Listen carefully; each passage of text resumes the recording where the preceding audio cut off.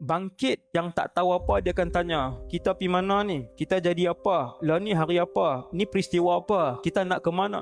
Soalan, dia tak tahu apa. Dia tanya.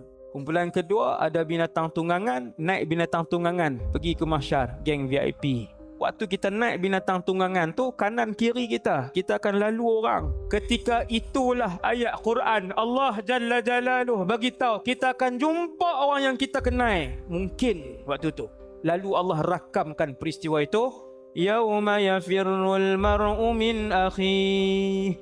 Di hari mahsyar itu, satu orang dia akan lari daripada saudara dia sendiri, abang kandung dia, adik kandung dia, kakak dan adik perempuan dia, lari. Wa ummihi wa abi.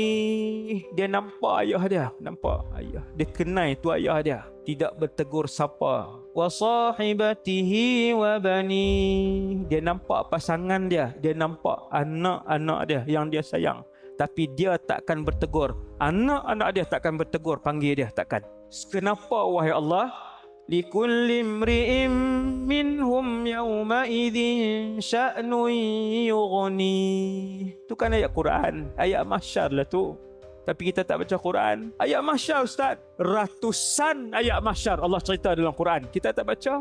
Rugi kita, banyak masa kita rugi. Allah Ta'ala jawab dalam Quran, likulli imri'in minhum yawma idzin sya'nun yughni. Semua orang apabila sampai di mahsyar, melihat letusan api Jahannam naik sampai ke atas, yang meletup tu dia naik, dia tembak api sampai ke atas. Penduduk mahsyar semua tengok tu yang meletup, tembak naik ke atas. Yang dalam tu, waktu tu kita nak kata ganti tempat mak ayah kita nak kata tak apa mak, cek ganti mak, cek terjun tak apa mak, selamat dah. Tiap-tiap orang akan membelakangkan ahli keluarga dia waktu tu, setiap orang.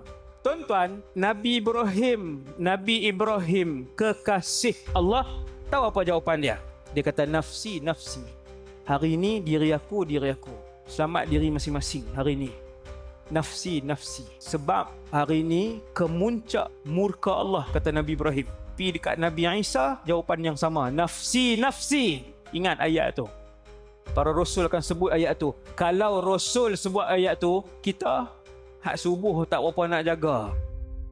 Kalau gerak jaga, tak gerak tak jaga. Kalau gerak pun tak jaga, ada juga. Kita nak duduk tang mana, apa jawapan kita ketika itu.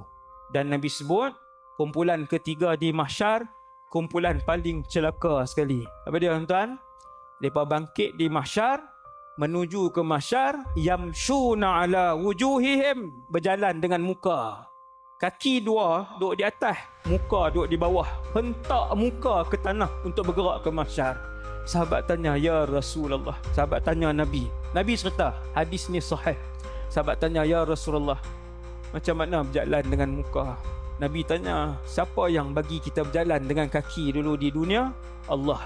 Allah jugalah yang akan bagi orang-orang kafir, munafik, fasik berjalan dengan muka mereka. Muka hentak. Sakit ke? Kita berjalan 100 km, tak payah pakai slipper. Jadi apa kaki? Luka, melecet. Itu kaki. Kalau muka, hentak muka. Tak. Pilah berjalan berapa ribu kilometer. Wallahu'alam.